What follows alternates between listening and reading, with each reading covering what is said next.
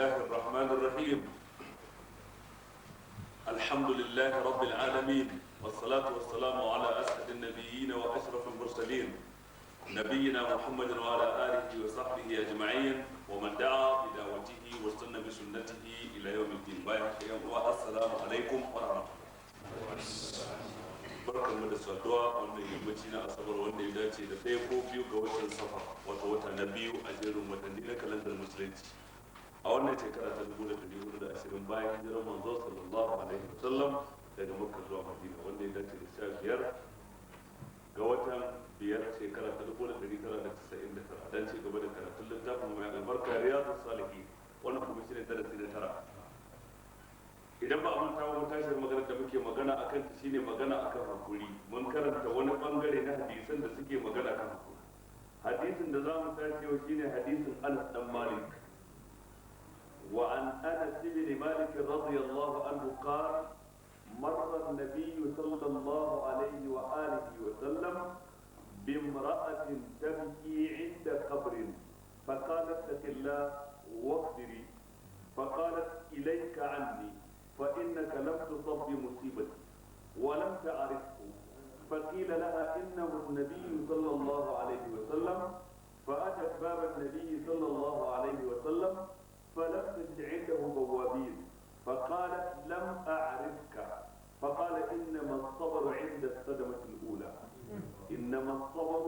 عند الصدمة الأولى. wannan hadisi an karɓo daga Anas dan Malik Allah shi kare yarda a gare shi yace marran nabiyyu sallallahu alaihi wa alihi wa sallam manzon Allah tana da aminci tabbata gare shi ya wuce bimra'atin tabki inda kabari ya wuce wurin wata mace tana ta kuka wurin kabari. Annabi ya zo wucewa ya samu wannan bayar Allah tana kuka a wurin wani kabari fa qala sai yace da ita ittaqillaha wasbiri ittaqillaha ki tsoraci ubangiji ma'ana ki kiyaye dokokinsa kar ki yi abin da bai dace ba sannan kuma wasbiri ki dauri hakuri dangane da abin da Allah ya jarrabe ki da shi na rashi. annabi bai tambaye ta ba waye ya mutu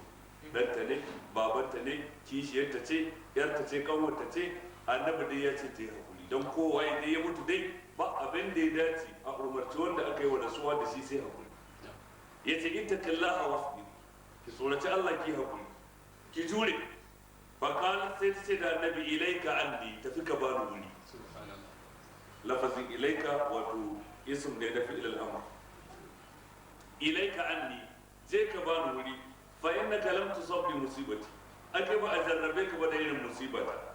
da haka ne kake cewa ni haƙuri ba naka ne ya mutu ba. Anas dan Malik ce walam ta'arif ba ta san cewa annabi bane sallallahu alaihi wasallam ta faɗi wannan magana ba ta san annabi ba ne ba. Fakila laha sai aka ce da ita inna wan nabiyyu sallallahu alaihi wasallam wannan fa da kika ce tafi ka bani wuri annabi ne. Faqalat fatat baban nabi sallallahu alaihi wasallam da ta ji labarin haka sai ta garzayo zuwa kofar gidan manzon Allah tare da amincin tabbata gare shi dan bayar da hanzari dan ta bashi hakuri. Ana zai ce falam ta ji da inda hu bawwabina ba ta samu masu tsaron kofa ba a kofar gidansa ba kamar sarki cikin sarakunan duniya ba da yake da masu tsaron kofa waɗanda za su yi iso in an ce ka shigo ka shigo in an ce kar ka shigo kuma ka tsaya. An zai ce ko alama wannan ke nuna tawaru'un manzon Allah sallallahu alaihi wasallam gashi shine mafificin kowa amma tare da haka inda yana son a zo a kwana a yi ne a kofar gidansa ana gadinsa zai samu. Da ya faɗa haka ai kamar sukawa da bismillah ne. Yau sahabbai da suke gwammacewa da a karɓi rayuwar mahaifansu gara wato da a karɓi rayuwar annabi gara a karɓi rayuwar mahaifansu. Ya so nawa ne sahabi zai ce bi abi anta wa ummi ya rasulullah na mayar da mahaifana biyu a matsayin fansar ka ya manzan Allah. Ma'ana da mala'ikan mutuwa zai zo ya ce ko dai ya karɓi ranka ko ya karɓi ran inna da baba da na gwamnati ya karɓi ran inna da baba sama da ya karɓi rayuwarka. Ashe da yana son a masa gani za a zo amma tare da haka saboda tawazu'unsa bai damu da wannan ba kuma lokacin da yake tafiya da shi kadai yake tafiya. Ashe inda wani sarki ne cikin sarakunan duniya kai ko hakimi kai ko dagaci ko mai unguwa zai tafi shi kadai ai sai ya samu waɗansu yan share fage haka dan dai a cika fuska waɗanda za su bi shi in ya aje takalma su dauka. To amma manzon Allah shi kadai lokacin da yake tafiya da haka zo ya wuce wajen ta shi kadai. Ai lokacin da a ce akwai wani yayin da ta faɗi maganar nan da kira a ce mata ai manzon Allah ne, amma ba ta sani ba sai bayan manzon Allah ya tafi gida sai aka ba ta labari wanda kika faɗa magana da kuma manzon Allah. Ma'ana ta tana ba da labarin wani ba Allah ya zo kawai yana kuka wai in ya kuri ni ko nace masa kaza to ya kuma nan da wanda wala ce la ila ai manzon Allah to sai ta garza a gidansa sallallahu alaihi wasallam dan neman hanzari dan bayar da hakuri annan ce falam da inda ko bawabin ba ta kawo masu tsaron kofa bawabin da ne na bawab albawab kuma shine mai tsaron kofa kamar daga albab fa kana tace lam a'rifka ban gane ka bane ya manzon Allah ban gane ka ba dan haka na faɗi abin da na faɗa fa kana sai manzon Allah ce da ita inna masabru inda sadamatil ula hakuri ana yin sa ne yayin kinkewar farko ma'ana inda nuzulil musibati في أوائل نزول المصيبة على الإنسان إن ذلك يطالب بالصبر. تيجي نقطة عند مصيبة تسوكا تنا غافنتا تنا تكون غافنتا إلى وانا هقولين نوال لوكتين شيني هقولين بيك لكمالا شيني هقولين لأيك سامن تكتل لا تتسكت أما ما كي هقولي بزي باين ساتي دي ساتي بيو وانا باقي كنا كنا سونا هقولي يو تبوبتي تمنتن لك أمداني فوق lokacin da abin ke cin ka ke damun ka lokacin za ka haƙuri amma duk wanda ka ga an yi masa bai haƙuri ba har sai da aka je aka lallace shi kila an taka masa ko an barar masa bai haƙuri ba har sai da aka sa kwamiti aka je aka lallace shi ki to kuje zan zuwa a sake zuwa da Allah ka yi haƙuri kuje zan zuwa daga ba dai to na yi haƙuri ba wani haƙuri da kai wannan ba shine haƙurin da ake samun cikakken lada ba haƙurin da ake samun cikakken lada ranar da aka yi abin a nan za ka yi ranar da aka maka a lokacin da aka yi abin da za ka yi lokacin za ka ci daga sai ka yaki da zuciya. Wannan hadisi yana ɗaya daga cikin hadisai da ake kafa wajen da shi wajen mai wajen hakuri kalmar hakuri ta zo sau biyu na farko ita kai laha wasbiri na biyu kuma jumlar karshe inna masabaru inda sadamatul ula sannan ana kafa hujja da wannan hadisi dangane da halaccin ziyartar kabari ga mai sawa'un ɗaya ce ko biyu halattar ziyartar kabari ga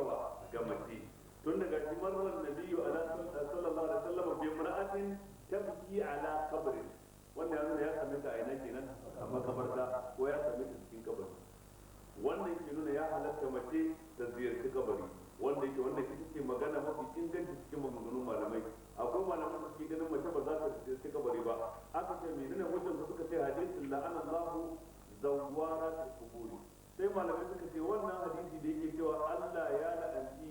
masu yawaita zarkan kabari cikin mata ta aka masu yawaitawa gefe guda ke na akwai kuma dan wanda su kome ba sa yawaitawa da haka an da ba tawakkal hadisi yana da mai masu yawaitawa zawwaratul qubur zawwar kaga wato siga ce ta mubalaga waɗanda suke yawaita ziyarta yau da gobe abinda ba a so ya mace take kun gane da kyau amma dan ta je yau bayan mako ɗaya mako biyu ta je bayan wata ɗaya bayan wata uku ta je ziyartar makabarta tana daga garinta tana daga gidanta ta sa direbe tuka ta ziyarci makabarta ko su tafi da ita da mijinta ta dace ziyarci makabarta wannan sunna ne cikin sunnonin manzon Allah sallallahu alaihi wasallam kun gane ko sunna ne manzon Allah sallallahu alaihi wasallam yake cewa kuntu nahaitukum an ziyarati quburi fazuruha fa innaha tudhakkirukum al-akhirah na kasance da na hana ku ziyartar kabari amma yanzu ku je ku ziyarta domin ziyartar kabari yana tunatar da ku lahira a wata riwaya yana tunatar da ku mutuwa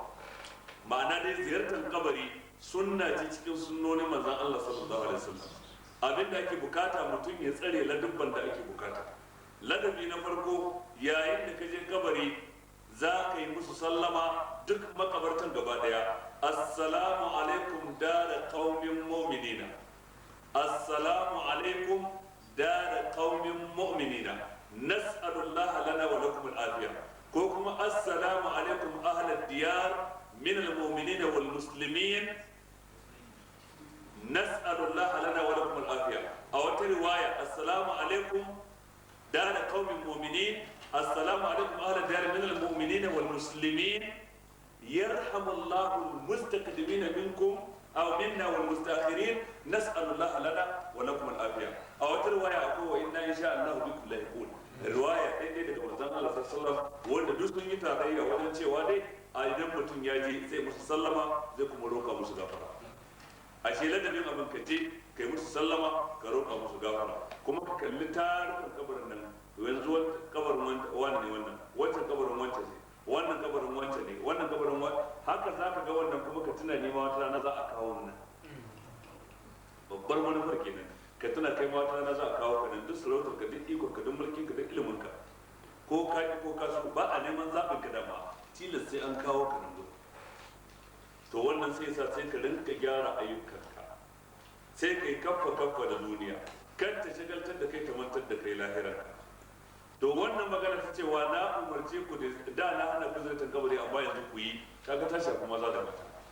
tare da haka akwai kibantattun hadisai da suka shafi mata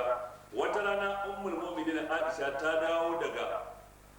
makabarta sai ɗaya daga cikin almajiran da ke karatu wurinta Abdullahi bin Abi Mulaika sai ya gama da ita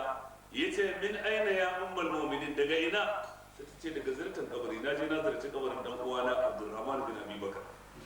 sai ce ziyartar kabari bayan kuma dama annabi ya hana ku sai ta ce yau da ya hana mu daga baya ko bai ce mu je ba da ya hana mu daga baya bai ce mu je ba sai ai daga baya ya ce mu je kuma gashi wata rana annabi ya tafi ziyartar kabari cikin dare ta tashi ta bi shi da ta je ta bi shi annabi bai ce ba daga yau karki sake zuwa wannan ya nuna halaccin mu ta ce wata rana cikin dare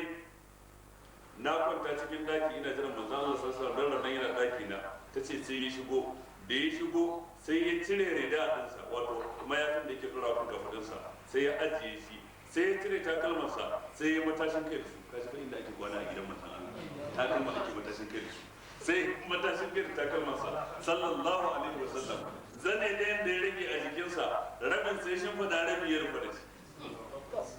ta ce ya ɗan kwanta jim kaɗan har sai da ya ɗauka kamar na yi barci ta ce fa aka zarida a ruwaidan wanta ala ruwaidan wa fata albaba ruwaidan sun makaraja fa a jafa ruwaidan ta ce sai maza Allah ta ce a hankali ya sanya ridaɗinsa a hankali ya ɗauki takalmansa a hankali ya buɗe kofa bayan ya fita ya turo kofa kuma dai a hankali sai ya tafi Aisha ta ce sai na farka tsammanin Aisha zai satar kwana ne zai ji ɗakin ɗaya cikin mata ita ma sai ta bi shi ta ce ina binsa kawai sai gashi ya je makabartan Baqi al-Gharqad makabartan nan ta Madina ya daga hannu har sau uku ya daga hannu ya yi addu'a ya sauki a jima ya sake daga hannu ya addu'a ya sauki a jima ya haka hasidi su ta ce bayan ya ɗauki lokaci ya kammala ta ce sai ya juyo yana juyowa ni ma sai na juyo sai ya dan tako ni ma sai na dan ƙara sauri sai yana sassarafa ni ma sai na ƙara sassarafa kafin ka ce ko na riga shi zuwa ne likimo ina jira shi amma yana zuwa tun da Aisha ta yi sassarafa kaga ai za ka tana mai daki tana mai daki manzo Allah ce me ya faru me ya faru gare ki kamar wanda aka firgita ta kamar wanda ta tsorata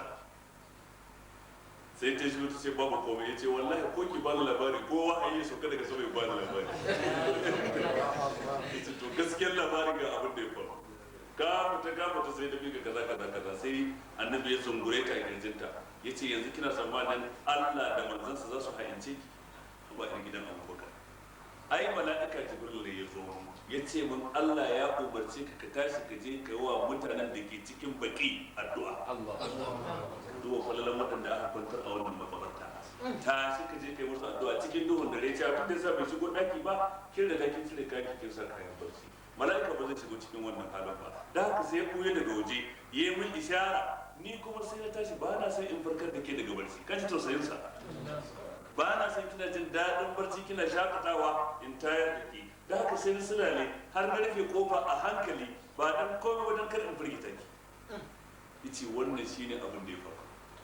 sallallahu alaihi wasallam da haka dai a takaicewa ya halarta mata su je ziyartar kabari ya shafi maza ya shafi mata abu uku ne cikin hikimomin ziyartar kabari farko raya sunnar annabi abu na biyu yin addu'a ga mutanen da ke wurin a roƙa musu gafara abu na uku mutum kuma ya ringa tuna lahira ya ringa tuna mutuwa yanzu waye matarsa ta taɓa zuwa ziyartar makabarta ran juma'a bayan ka dawo ba sai ka dauke ta a mota ba ku je ko abato ko ina ne duk ga makabarta nan da yawa. Amfanin wannan tuna lahira cewa yadda waɗannan suke wata ranar nan za a kawo da masu gwagwa nan a kawo su da masu wancan nan a kawo su makwanci yake kaza ne suna nan a su wani kuma suna makabartan kaza ne su wancan kuma suna makabartan kaza ne duk dai wannan dan mutum ya tuna lahira. To idan mutum yana yi haka sai ka ga ya gyara aikinsa sai ka ga ya gyara maganganunsa ko da lokaci yana kokarin aiki da kai. Saboda haka wannan hadisi kenan na nuna halaccin ziyartar makabarta ga mata, sannan kuma kamar yadda muka da yana nuna tawazu'un manzon Allah sallallahu alaihi wasallam ta yadda yake tafiya shi kadai ba mai rike buta ko takalma ko rike masa sanda sallallahu alaihi wasallam, sannan kuma gidansa babu wani wato yan azo ko a iso da sauransu. Wa fi riwayatin li muslimin, wannan hadisi muttafaqun alaihi, a wata riwaya ta muslim, tabki ala sabilillah. Wata riwaya an ce manzon Allah ya wuce wurin wata mace tana kuka dangane da wani yaron ta da mutu,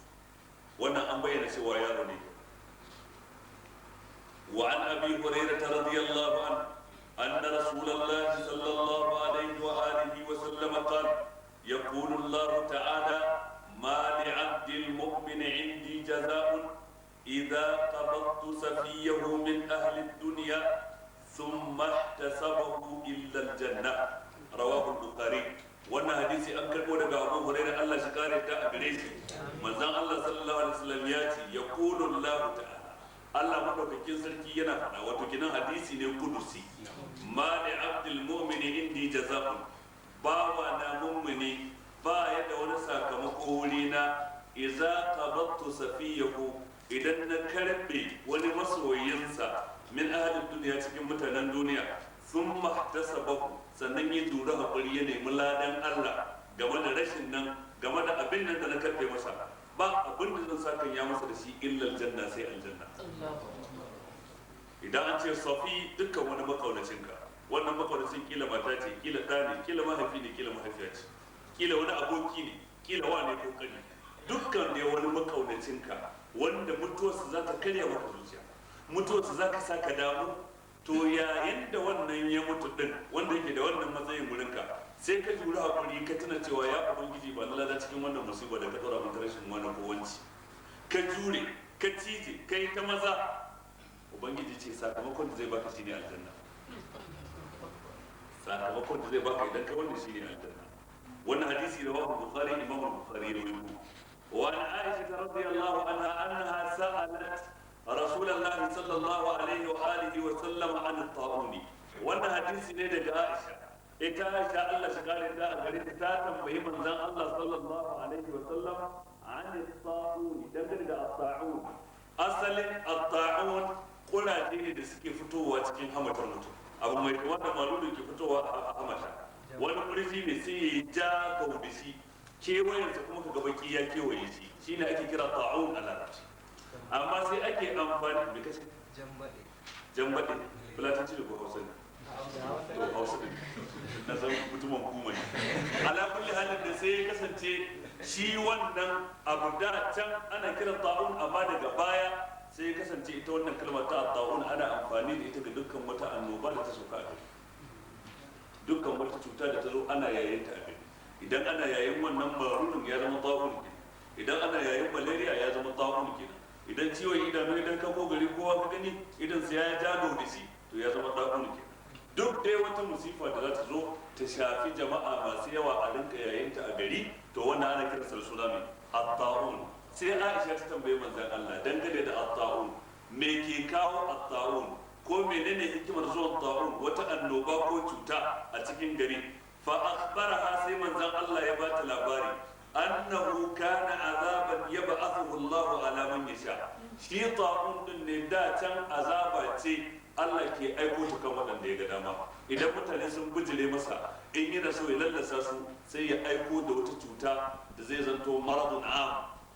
cuta da za ta game gari kowa na yi, ko dukkan gari ko mafiya yawa cikin mutane gari. Da can haka al'amari yake. Sai ya ce fa ja'alahu Allahu rahmatan lil mu'minin, amma daga baya sai Allah ya sanya ta'un ya zanto rahama ce ga mu'mini. Ta'un rahama ce ga mu'mini, ma'ana yanzu dukkan inda wata cuta ko annoba ta sauka irin wannan, ciwon ido ne, kwalara ne, malaria ne, menene ya sauka a gari ake yayansa, dukkan gari ko mafiya yawa cikin gari, to wannan rahama ce Allah ke turowa da mu. Falaysa min abdin yaqau fi ta'un, ba wani bawa da zai samu kansa a garin da ake wannan cuta ko annoba, fayamkuthu fi baladihi sabiran muhtasiban, ya zauna cikin garin nan yana mai hakuri, yana mai juriya da neman lada, ya'lamu annahu la yusibuhu illa ma kataba Allah lahu, yana mai cikakkiyar sanin cewa babu abin da zai same shi sai abin da Allah ya rubuta masa. Ba wanda zai yi haka cikin irin wannan hali illa kana lahu mithlu ajri shahid, sai ya kasance yana da kwatankwacin ladan shahidi wanda ya mutu wajen yakin musulunci. Kaga ana malaria ko ana cuta ko duk kai bata kama ka ba, amma ta kama ɗanka, ta kama ta shigo gida, ta kama wajen mutum 5, kai ne shida ne kawai ya rage. Ka san ai sai ba, in ba ka ba sai mutum ya tafiya ba. Wai kamar wani a gadon asibiti ya ga da gefen sa na dama ya mutu, da gefen sa na hagu ya mutu, washe gare ce mata sai kai mu koma gida. In tsammanin sun gida gida mala'ikan mutuwa ba zai je ba. Galibi idan cuta ta zo a gari ana yayinta, sai wani ya ga cewa kai ai mafi kyau gara kare je garin, ko kuma in yana cikin garin gare islamiyya. To sunnar annabi idan ana irin wannan abu, kai da kake cikin gari baya da wanda bai riga shigo ba ka shi kuma kare. An gane ko duk wanda bai shigo garin ba za ka ce kare shigo ba sai wannan cuta. Wanda shine tabbatacciyar sunna ta manzon Allah sallallahu alaihi wasallam. Amma duk wanda yake ciki ya ga ba za yo wanda ya kawo ya ce zai gudu, wannan ya saba wa sunnar Allah. Ka jure ka zauna ana mutuwa din ana jin cikin abin ya kama ka bai kama ka ba, matuƙar ka jure kai dauriya kuma ka nemi lada a zuciya wannan zaman da nake na abin da duniya ya Allah ba lada. To in ka kasance a wannan matsayin lada shi ne lada da za a yi wa shahidi, ko da cutar ta zama ko wani lokaci, ko da ta kama ka kawo ko kuma ta kama ka kawo ki duk hukunci ɗaya ne. Kun gane ko dan manzo Allah bai sanar da cewa sai wanda ya mutu cikin cutar. Ta yi wa wani ya mutu cikin cutar amma bai hakuri ba, bai kuma ne lada ba, haka ba ya komai. Ta yi wa wani cutar ba bata kama shi ba, amma yana jin tsoron ta kama shi, da haka ya jure ya ɗauki hakuri, ya bai maka hakuri yake neman lada wurin ubangiji, ko da cutar bata kama shi ba yana da ladan shahidi, in ji manzon Allah sallallahu alaihi wasallam. Kaga wannan hadisi ma dangantakar sa da babin a zahiri take, ya nuna mana fallalar. wannan hadisi rawahu al-bukhari, imam al-bukhari ne ya rawaito shi. Wa an Anas radiyallahu anhu qala سمعت رسول الله صلى الله عليه وآله وسلم يقول إن الله عز وجل قال إذا ابتليت عبدي بحبيبتيه فصبر أولته منهما الجنة. wannan ma hadisi ne kudusi. Allah madaukakin sarki yace izabtalaitu abdi bi habibatayhi, idan na mu'amalanci bawa na mu'amalar mai jarrabawa gare shi ta hanyar idanunsa biyu, habibatayhi idanunsa biyu, wato nasa ya rasa ido ya zama makaho ke. Fa sabara, shi kuma sai ya hakuri, bai yi fushi da ubangiji ba, bai nuna damuwa ba wadda za ta sa ya fita ya kaɗu daga cikin hankalinsa, bai yi haka ba, matukar ya yi haƙuri. Allah ce awwatuhu minhum aljanna, zan musanya masa su da aljanna, zan musanya masa su da aljanna. Wannan shine dukkan mutumin da Allah ya darabta da makanta sai ya yi haƙuri, sai ya yi juriya, sai ya bi Allah sau da kafa, ya tsayar da tauhidi, ya tsayar da salloli, ya kiyaye dokokin Allah, bai yi koke-koke da damuwa ba da nuna wa mutane larurarsa. Kun san yana daga cikin abin da ake neman kuɗi da shi a ƙasar Hausa, in kana da larura sai ka faɗa, har tallata ta ake. Wani ma har yaki ya ɗaura tsumma ko bandeji a jikinsa, ya samu jan fenti ya sa wai jini ne ya ji ciwo, har kawai don ya samu kuɗi. Kaddara ma cutar ce ta gaske, ba a yadda ka tallata ta haka ba. Kaddara cuta ce ta gaske, kai kukan ka wurin mutanen nan yana rushe maka ladan da ya kamata ka samu wajen Allah. Da Allah ya jarrabe ka sai kai hakuri, to wannan shi ne daidai. Ka duba Abdullahi bin Umar Maktum, makaho ne, amma makantakarsa bata hana shi karatu ba, bata hana shi jihadi ba, bata hana shi ba manzan Allah ya halifantar da shi cikin garin Madina. In zai je yaki ya ce zo kai ne sarkin Madina kafin yin dawo. To amma sai da mutum ya wuce yana mula ai sai infiraji. da bakan damiya ba wani magana sai ɗan faraji da bakan damiya a maimakon ya himmatu wajen ilimi da sana'a akwai sana'o'in da makafi za su yi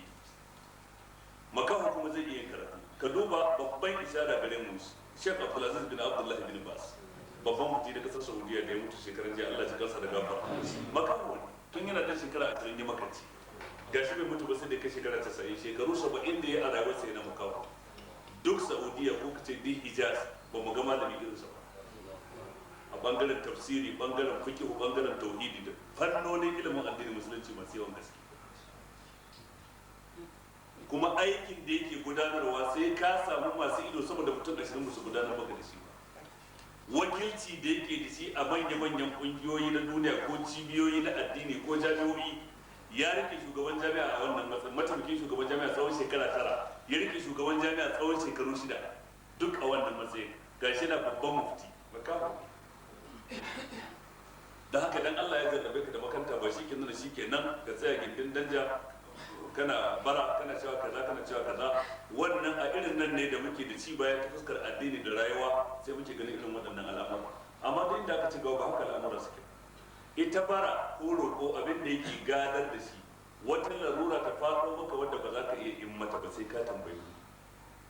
da zaran ka samu wannan abin da za ka magance larurar shi kenan kuma ka yadda goban mara to wannan shine yadda ba ni ga tsarin musulunci amma da dai musulunci ba zai taɓa yadda ba ga ya'yansa su riki bara a matsayin sana'a ta yau da gobe allazi wahidun turawan sidi wannan ko alama ba koyarwar addinin musulunci wuce ba addinin musulunci na son ya'yansa su zanto masu sana'a masu dogaro da kai amma larura ta iya faɗo wa mutum ko yana da aikin yi gobara ta zo ta kama gidansa ko yana da aikin yi matarsa ta zo na koda ta shiga cikin halin kakanuka to kaga wannan kafin a yi albashi dole zai shiga ta idan dan albashi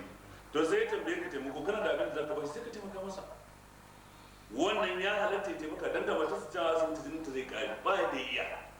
kuma gashi wata ya raba tsakiya hansi ya dubulo da yi kafin a je karshen wata ya jiga ta ya nemo ne bashi bai bashi ba ko abin da za a bashi inda zai albashi gaba ɗaya albashinsa in ya ɗauka biya ma ba zai iya biyan bashin ba kaga nan gurin dole na bukatar tallafin jama'a